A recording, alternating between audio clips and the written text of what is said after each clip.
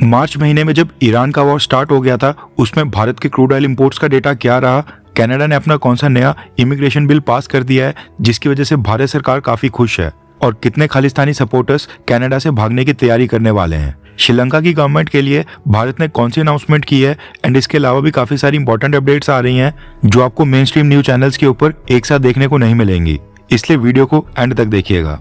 सबसे पहले बात करते हैं भारत और श्रीलंका को लेकर। रेफरेंस के लिए आपकी स्क्रीन के ऊपर आर्टिकल का स्क्रीनशॉट है।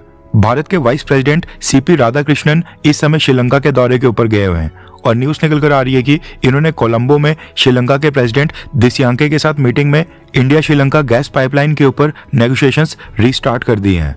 प्लान ये है कि भारत से रिफाइंड पेट्रोलियम प्रोडक्ट्स जैसे कि पेट्रोल और डीजल ये सब पाइपलाइन के थ्रू श्रीलंका भेजे जाएंगे, ताकि श्रीलंका को हर बार शिप से इंपोर्ट ना करना पड़े। पाइपलाइन बनने के बाद श्रीलंका को भारत से फ्यूल परचेज करना सस्ता भी पड़ेगा, क्योंकि शिप्स के कंपैरिजन में पाइपलाइन काफी सस्ता मीडियम होता है। उम्मीद है कि ये नेगोशिएशंस कंप्लीट हो जाएंगी और पाइपलाइन का काम जल्दी से स्टार्ट होगा, क्योंकि पिछले 20 साल पहले ये प्रपोजल आया था, लेकिन श्रीलंकन गवर्नमेंट्स इसको लेकर सीरियसनेस कभी शो नहीं करती हैं।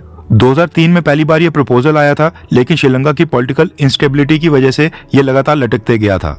भारत ने तो इससे पहले नेपाल और बांग्लादेश के साथ भी डायरेक्ट गैस पाइपलाइन बनाई थी, और आज भी जब इंटरनेशनल मार्केट के अंदर फ्यूल की कमी हो रही है, इसके बावजूद हम इस पाइपलाइन की मदद से नेपाल और बांग्लादेश दोनों देशों को फ्यूल सप्लाई कर रहे हैं।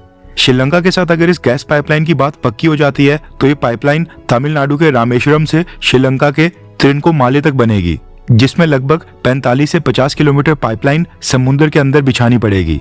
इसकी एस्टिमेटेड कॉस्ट अराउंड 900 से 1100 मिलियन डॉलर्स बताई जा रही है, जो कि भारतीय करेंसी में करीब 10,000 करोड़ रुपए के आसपास बनते हैं। अब इसका फायदा ये होगा कि श्रीलंका को मिडिल ईस्ट से ऑयल इंपोर्ट करने में जो 8 दिन का वेट करना पड़ता था वो नहीं करना पड़ेगा, और भारत से 24 घंटे में ही फ्यूल की सप्लाई श्रीलंका के पास पहुंच जाएगी। और भारत के लिए बेनिफिट ये होगा कि भारत को अपने फ्यूल के लिए एक और परमानेंट कस्टमर मिल जाएगा। इसके साथ ही इस डील से भारत को एक और बेनिफिट ये भी होगा कि श्रीलंका चाइना के जाल से बाहर आ जाएगा और भारत श्रीलंका की कॉर्पोरेशन और मजबूत होगी। नेक्स्ट अपडेट आ रही है भारत और रशिया के बारे में। रेफरेंस के लिए आपकी स्क्रीन के ऊपर आर्टिकल का स्क्रीनशॉट है। मार्च महीने में भारत ने कितना क्रूड ऑयल इंपोर्ट किया है उसका डेटा सामने आ गया है। रिपोर्ट के अकॉर्डिंग भारत ने मार्च महीने में फरवरी महीने की तुलना में 13% कम क्रूड ऑयल इंपोर्ट किया है, यानी हमारे क्रूड ऑयल इंपोर्ट्स के अंदर 13% की गिरावट आई है। फरवरी महीने में जब ईरान वॉर नहीं चल रहा था और स्ट्रेट ऑफ हॉर्मुज ओपन था, उस महीने में भारत ने 53 lakh barrels per day import किया था, जबकि मार्च महीने में भारत ने 45 lakh barrels per day import किया है। और ये 13% की गिरावट का कारण है स्ट्रेट ऑफ हॉर्मुज का बंद होना, क्योंकि इराक, यूएई, सऊदी अरेबिया और भी गल्फ देश हैं जो इसी रास्ते से क्रूड ऑयल भारत को बेचा करते थे। अब जो भारत ने मार्च महीने में 4.5 million barrels per day import किया है, इसमें से 2.25 मिलियन बैरल्स पर डे हमें अकेले रशिया ने सप्लाई किया है। यानी मार्च महीने में भारत ने टोटल जितना भी क्रूड ऑयल इंपोर्ट किया है उसमें 50% अकेले रशिया से आया है। रशिया ने भारत को तेल की सप्लाई बढ़ा दी है, लेकिन अभी भी मिडिल ईस्ट के गल्फ देशों की भरपाई पूरी तरह से नहीं हो पाई है। मार्च महीने में हमारा दूसरा सबसे बड़ा सप्लायर था सऊदी अरेबिया। सऊदी अरेबिया के पास रेड सी का भी एक ऑप्शन है और वो वहां से ऑयल एक्सपोर्ट कर रहा है। मार्च महीने में भारत का तीसरा सबसे बड़ा ऑयल सप्लायर था अंगोला, जो कि एक अफ्रीकन देश है। फोर्थ के ऊपर यूएई और फिफ्थ के ऊपर इराक था, जो पिछले महीने भारत का सबसे बड़ा क्रूड ऑयल सप्लायर था। अब वो 5वें नंबर के ऊपर आ गया है। अब ये जो हमने फरवरी महीने की तुलना में मार्च में 13% कम ऑयल परचेज किया है, इसका सारा बर्डन भारत की रिफाइनरीज ने दूसरी कंट्रीज के ऊपर डाल दिया है। होता क्या था कि भारत की रिफाइनरीज क्रूड ऑयल को भारत में रिफाइन करके पेट्रोल, डीजल और एविएशन फ्यूल बनाकर दूसरी कंट्रीज को भी बेचा करती थी, लेकिन क्योंकि मार्केट में ऑलरेडी ऑयल की शॉर्टेज है, कमी चल रही है, इसलिए भारत की रिफाइनरीज ने दूसरी कंट्रीज को फ्यूल के एक्सपोर्ट कट कर दिए हैं, और जो भारत के कंज्यूमर्स और कस्टमर्स हैं उनके ऊपर प्रेशर आने नहीं दिया है। यानी कि एक्सपोर्ट्स कम होते हैं तो हो जाएं, लेकिन डोमेस्टिक मार्केट में फ्यूल की कमी नहीं होनी चाहिए, ये सरकार की प्रायोरिटी है। इसीलिए 13% कम ऑयल इंपोर्ट करने के बाद भी भारत के पेट्रोल पंप्स के ऊपर पेट्रोल और डीजल की शॉर्टेज अभी तक नहीं हुई है। वैसे इतने बड़े क्राइसिस को मोदी सरकार जिस तरीके से हैंडल कर रही है, क्या आप उससे संतुष्ट हैं? हाँ या फिर ना, नीचे कमेंट करके अपनी राय जरूर बताएं, क्योंकि कई लोग कह रहे हैं कि भारत सरकार डिप्लोमेसी में वीक नजर आ रही है, जबकि हमारा दुश्मन पाकिस्तान इस समय प्रोएक्टिव होकर काम कर रहा है। आपकी इस पर क्या राय है, नीचे कमेंट करके बताएं। नेक्स्ट अपडेट आ रही है कनाडा के नए इमिग्रेशन लॉ C-12 के बारे में, जिसके कारण भारत की इंटेलिजेंस एजेंसीज राहत की सांस ले रही हैं और खालिस्तानी काफी घबराए हुए हैं। रेफरेंस के लिए आपकी स्क्रीन के ऊपर आर्टिकल का स्क्रीनशॉट है। न्यूज आ रही है कि कनाडा की पार्लियामेंट ने एक नया इमिग्रेशन लॉ को पास कर दिया है जिसका नाम है C-12 बिल। इस बिल के पास होने के बाद कनाडा में रह रहे लगभग 9,000 पंजाबीज, जिनमें सबसे बड़ी संख्या है खालिस्तानी समर्थक लोगों की, ये सब डिपोर्टेशन के खतरे में आ गए हैं। न्यूज आ रही है कि कनाडा के इमिग्रेशन डिपार्टमेंट ने कुल मिलाकर लगभग 30,000 इंटरनेशनल रिफ्यूजीज को नोटिस इशू कर दिए हैं। कनाडा की सरकार का कहना है कि इस नए C-12 बिल का ऑब्जेक्टिव है देश में बिना डॉक्यूमेंट्स के इलीगली रह रहे लोगों को आइडेंटिफाई करना और वापस उनके देश भेजना। न्यूज आ रही है कि 30,000 नोटिस में से 9,000 के राउंड सिर्फ पंजाबी कम्युनिटी के लोग हैं जिन्होंने कनाडा की गवर्नमेंट से असाइलम मांगा हुआ है और कहा है कि भारत में उनके ऊपर खतरा है, इसलिए उनको कनाडा अपने देश में शरण दे दे। जिसके बाद पंजाबी स्टूडेंट्स कनाडा के अंदर वहां पर सड़कों के ऊपर उतरकर प्रोटेस्ट कर रहे हैं। लेकिन कनाडा के जो ये नए प्राइम मिनिस्टर मार्क कार्ने हैं, ये इस समय असाइलम सीकर्स की बात सुनने के मूड में बिल्कुल नहीं लग रहे हैं और मार्क कार्ने का कहना है कि वो लीगल रूट से प्रॉपर डॉक्यूमेंटेशन के साथ आने वाले इमिग्रेंट्स का स्वागत करेंगे, लेकिन ये जो असाइलम सीकर्स हैं इनके ऊपर वो स्ट्रिक्ट एक्शन लेंगे और ये एक तरह से उनकी मजबूरी भी बन गया है। मसला ये है कि पिछले 5-6 साल में कनाडा में असाइलम क्लेम्स काफी बढ़ गए हैं। 8 से 7-8 साल पहले 2018 में कनाडा में टोटल 55,000 असाइलम क्लेम्स फाइल हुए थे, जबकि साल 2023 तक ये नंबर बढ़कर 1,37,000 तक पहुंच गया है। यानी 5 साल में 2.5 गुना ज्यादा असाइलम केसेस बढ़ गए हैं। इसलिए कनाडा की गवर्नमेंट ने इमिग्रेशन लॉ में सबसे बड़ा चेंज किया है, जिसके तहत अब असाइलम वाले रिफ्यूजीज केसेस अब रिफ्यूजी बोर्ड के पास नहीं जाएंगे, क्योंकि वहां पर केसेस 5-6 साल तक लटक जाते थे और तब तक एप्लीकेंट PR के लिए एलिजिबल हो जाता था। भारत से भी कई सारे क्रिमिनल्स यहां से भागकर कनाडा चले जाते थे और वहां पर खालिस्तानी एक्टिविटीज में शामिल होकर असाइलम क्लेम कर लेते थे।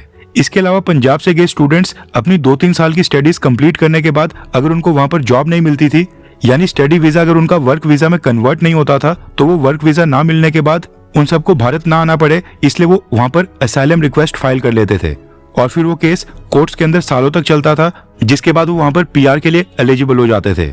और आज 3 लाख ऐसे केसेस कनाडा की कोर्ट में पेंडिंग पड़े हुए हैं।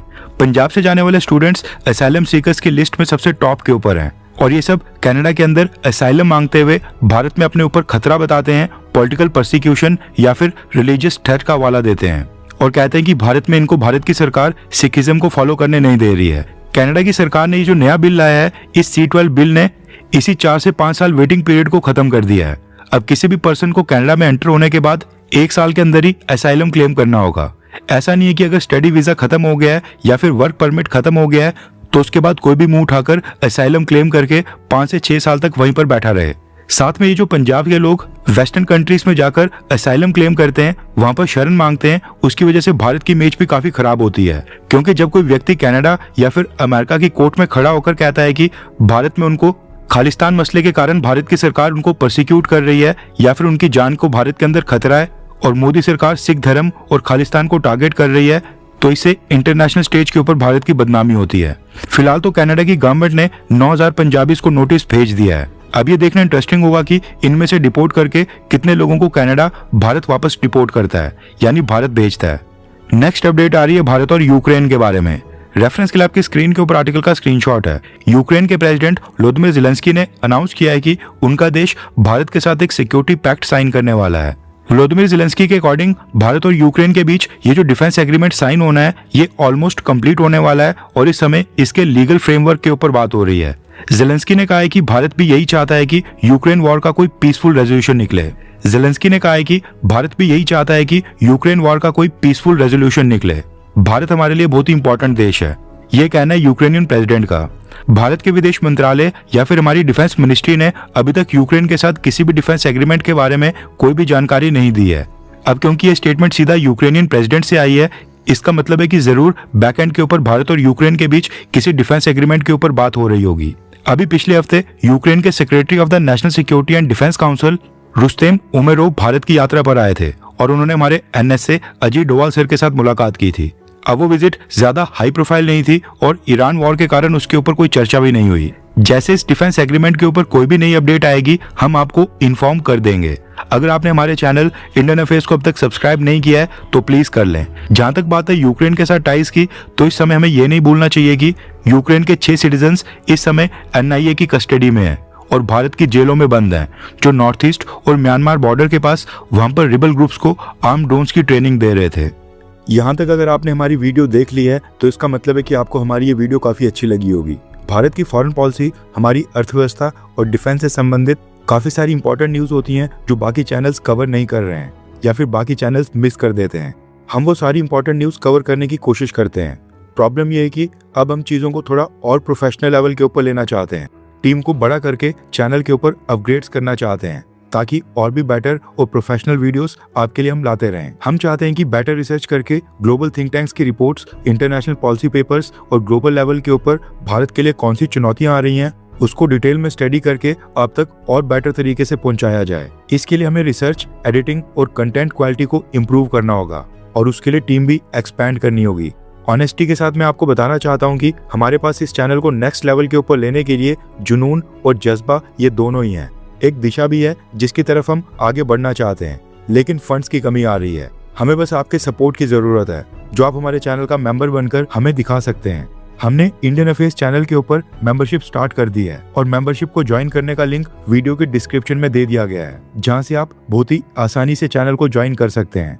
एंड ऐसा नहीं है कि आपको चैनल मेंबर बनने का कोई भी बेनिफिट नहीं होगा। चैनल मेंबर्स के लिए, यानी कि जो भी लोग ज्वाइन करते हैं, हम उनके लिए हर हफ्ते 3 से 4 स्पेशल मेंबर्स ओनली वीडियोस लाते रहेंगे, जिसमें हम global think tanks, international experts और डिटेल जियोपॉलिटिकल एनालिसिस को शेयर करेंगे, जो अक्सर इंटरनेशनल रिपोर्ट्स, रिसर्च पेपर्स और एक्सपर्ट डिस्कशंस पे मिलते हैं। लेकिन जो हमारी नॉर्मल वीडियोस होती है उनमें उसको डिटेल में कवर करना काफी मुश्किल हो जाता है। बाकी जो नॉर्मल वीडियोस हमारे चैनल के ऊपर अभी आ रही हैं वो सब व्यूवर्स के लिए आती रहेंगी, लेकिन जो लोग चैनल को ज्वाइन करते हैं उनके लिए स्पेशल कंटेंट आएगा।